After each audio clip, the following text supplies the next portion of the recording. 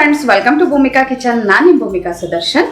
ಇವತ್ತು ಅವರೆಕಾಳನ್ನ ಸೀಮೆ ಬದನೆಕಾಯಿ ಸಾಗು ಮಾಡೋದು ಹೇಗೆ ಅಂತ ತೋರಿಸ್ತಾ ಇದ್ದೀನಿ. ಈ ಸೀಸನಲ್ಲಂತೂ ಅವರೆಕಾಯಲ್ಲಿ ಮಾಡೋವಂಥ ಐಟಮ್ಗಳು ಎಷ್ಟು ಸಾಧ್ಯ ಅಷ್ಟನ್ನು ತೋರಿಸ್ತೀನಿ. ಬನ್ನಿ ಮಾಡೋದು ಹೇಗೆ ಅಂತ ನೋಡೋಣ.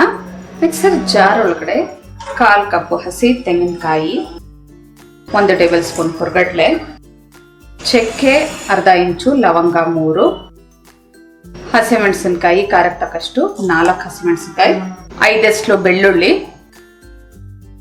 ಅರ್ಧ ಈರುಳ್ಳಿ,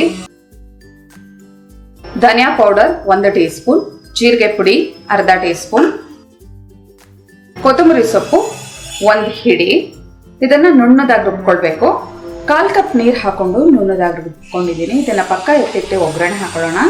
ಸ್ಟವ್ ಆನ್ ಮಾಡ್ಕೊಂಡು ಕುಕ್ಕರ್ ಒಳಗಡೆ 1 ಟೇಬಲ್ ಸ್ಪೂನ್ ಎಣ್ಣೆ ಒಂಚೂರು ಬಿಸಿ ಆಗ್ತಿದೆ. ಹಾಗೆ ಸಾಸಿವೆ ಅರ್ಧ ಟೀ ಸ್ಪೂನ್, ಜೀರಿಗೆ ಅರ್ಧ ಟೀ ಸ್ಪೂನ್, ಈರುಳ್ಳಿ 1,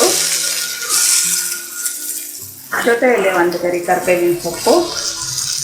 ಈರುಳ್ಳಿ ಒಂದು ಸ್ವಲ್ಪ ಸಾಫ್ಟ್ ಆಗೋವರೆಗೂ ಫ್ರೈ ಮಾಡ್ತೀನಿ. ಈರುಳ್ಳಿ ಸ್ವಲ್ಪ ಸಾಫ್ಟ್ ಆಗ್ತಿದೆ. ಹಾಗೆ 1 ಕಪ್ಪು ಅವರೆಕಾಳನ್ನ ಬಿಡಿಸಿದ್ಮೇಲೆ ನಂತರ ಚೆನ್ನಾಗಿ ತೊಳೆದ್ಬಿಟ್ಟು ಉಪಯೋಗಿಸಿ ಅವರೆಕಾಳು ಹಾಕೊಂಡು 1 ನಿಮಿಷ ಫ್ರೈ ಮಾಡ್ಕೊಳ್ತೀನಿ ಹೈ ಫ್ಲೇಮಲ್ಲಿ. ಆದಷ್ಟು ಎಳೆ ಅವರೆಕಾಳುಗಳನ್ನ ಉಪಯೋಗಿಸಿ, ಅವಾಗ ಸಾಗು ತುಂಬ ಚೆನ್ನಾಗಿ ಬರುತ್ತೆ. 2 ಸೀಮೆ ಬದನೆಕಾಯಿ ಸಿಪ್ಪೆ ಎಲ್ಲ ತೆಗೆದು ಸಣ್ಣದಾಗಿ ಹೆಚ್ಚಿಕೊಂಡು ಹಾಕೊಳ್ತಿದ್ದೀನಿ. ಇದನ್ನು ಕೂಡ 1 ನಿಮಿಷ ಚೆನ್ನಾಗಿ ಫ್ರೈ ಮಾಡ್ಕೊಳ್ತೀನಿ. ಸೀಮೆ ಬದನೆಕಾಯಿ ಒಂದ್ಸಲ ಎಲ್ಲ ಚೆನ್ನಾಗಿ ಮಿಕ್ಸ್ ಮಾಡ್ಕೊಳ್ತೀನಿ. ಹಾಗೆ 1 ಟೊಮೆಟೊ ಕೂಡ ಚೆನ್ನಾಗಿ ಮಿಕ್ಸ್ ಮಾಡಿಕೊಂಡು, ಸೀಮೆ ಬದನೆಕಾಯಿ ಟೊಮೆಟೊ ಒಂಚೂರು ಸಾಫ್ಟ್ ಆಗಲಿ. ಸೀಮೆ ಬದನೆಕಾಯಿ ಒಂಚೂರು ಸಾಫ್ಟ್ ಆಗಬೇಕು, ಅದರ ಹಸಿ ಘಮ ಹೋಗ್ಬೇಕಷ್ಟೇ. ಇವಾಗ ರುಬ್ಬಿರೋವಂಥ ಮಿಶ್ರಣ ಇದಕ್ಕೇನೆ ಇನ್ನೊಂದು ಅರ್ಧ ಕಪ್ ಅಷ್ಟು ನೀರು ಹಾಕೊಳ್ತೀನಿ. ಜೊತೆಲೆ ರುಚಿಗೆ ತಕ್ಕಷ್ಟು ಉಪ್ಪು